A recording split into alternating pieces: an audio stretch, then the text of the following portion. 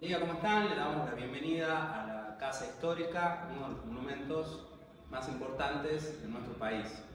Esta casa fue la sede del Congreso de Tucumán, que el 9 de julio de 1816 declaró la independencia de España. En esa época los patriotas estaban luchando las guerras de independencia para poder obtener su libertad. Y en el contexto de estas luchas, las provincias enviaron sus representantes a la ciudad de Tucumán. Y estos diputados van a utilizar para sus reuniones la casa de una familia muy importante de esos años, que eran los Bazán Laguna.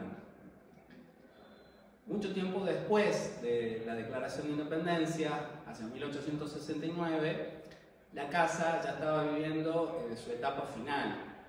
Y ese es el momento en el cual el fotógrafo Ángel Paganelli hizo las primeras fotos de la casa, y también podemos decir las únicas fotografías que se tomaron del edificio, digamos del edificio original. ¿Qué tomas hizo Paganelli? Bueno, él hizo un retrato de la fachada de la casa con las columnas torsas o salomónicas que nosotros siempre identificamos, digamos, de la escuela cuando hacíamos, digamos, los dibujos de la casa histórica. Y también hizo una escena en el primer patio de la casa donde pudo fotografiar a las hermanas Zavalía, que eran las propietarias de la casa a mediados del siglo XIX. Recordemos que en la época de la independencia, la dueña de la casa era Francisca Bazán de Laguna, pero a lo largo de los años la casa va a pasar por diversos propietarios hasta que a mediados del siglo XIX queda en manos de las hermanas Zavalía, que eran las bisnietas de Francisca. Las hermanas Zavalía no estaban atravesando una buena situación económica, entonces deciden venderla a la casa. ¿Quién la va a comprar? La Nación. En la época de Sarmiento se hace un decreto para que el Estado-Nación la expropie la casa, y va a ser el siguiente presidente, Nicolás Avellaneda, el que hace la primera intervención, en la cual se va a demoler la fachada de la casa, digamos, el portal barroco, y en reemplazo de la fachada se va a construir un edificio de estilo neoclásico que fue la sede de las oficinas de los correos y telégrafos. Esto que les estoy contando ocurre en la década de 1870. La oficina de los correos ocupaba lo que sería la fachada de la casa, y se van a seguir conservando algunas habitaciones y la sala de la jura donde se había declarado la independencia.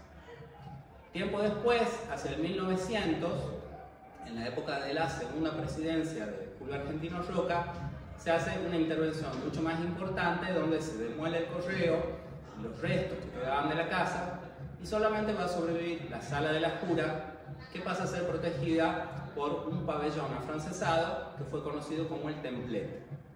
Delante de este pabellón se construyó un gran patio con unos jardines ornamentados por el paisajista Carlos Teis.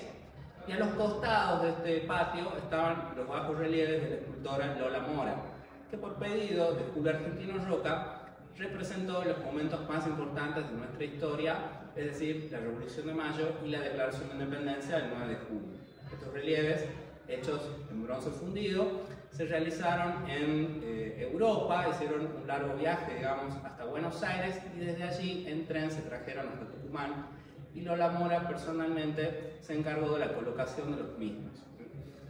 Este templete estuvo aproximadamente por unos 40 años, hasta que entre 1942 y 1943 se avanza con la reconstrucción de la casa. Si bien el templete era un edificio muy bello, no respondía de alguna manera a esta cuestión de la colonia, del Congreso, generaba muchas inquietudes y críticas. Muchas personas cuando venían a visitar la casa venían con la ilusión de ver la casa de Francisca, y se encontraban con este templete que por los años 30 comienzan a criticarlo y a decirle, por ejemplo, la quesera. Esta crítica se suma también a un deseo por parte del Estado de recuperar edificios del periodo colonial. Entonces, en la década del 40 se hace la reconstrucción de la casa, obra que va a quedar a cargo del arquitecto Mario Busquiazo, un arquitecto que por esos años era muy famoso. Su especialidad, digamos, eran los edificios coloniales. Él, por ejemplo, él había intervenido en el Cabildo de Buenos Aires, y en otras edificaciones coloniales a lo largo del país. Entonces, en 1942 inicia lo que sería la obra de reconstrucción. Busqueazo lo que va a hacer es buscar información, porque la reconstrucción de la casa fue un gran desafío, ya que el edificio prácticamente no existía, únicamente quedaba la sala de la jura protegida por este templete afrancesado. Entonces, Busqueazo tenía que hacer una doble obra, ir demoliendo el templete y en simultáneo haciendo la reconstrucción. Entonces, Busqueazo lo que hace es buscar datos y averigua, digamos, cómo era la casa original. Entonces, se va a basar sobre todo en las fotos que había tomado Paganelli. También logró encontrar unos planos antiguos que habían hecho en el siglo XIX, en la época del correo, y también se hicieron excavaciones en los patios que permitieron hallar cimientos antiguos. Entonces, con los cimientos, los planos y las fotos que había tomado Paganelli, más todos sus conocimientos de cómo eran las casas coloniales, va a avanzar con la reconstrucción que se hizo en un año, entre 1942 y se va a inaugurar finalmente el 24 de septiembre de 1943.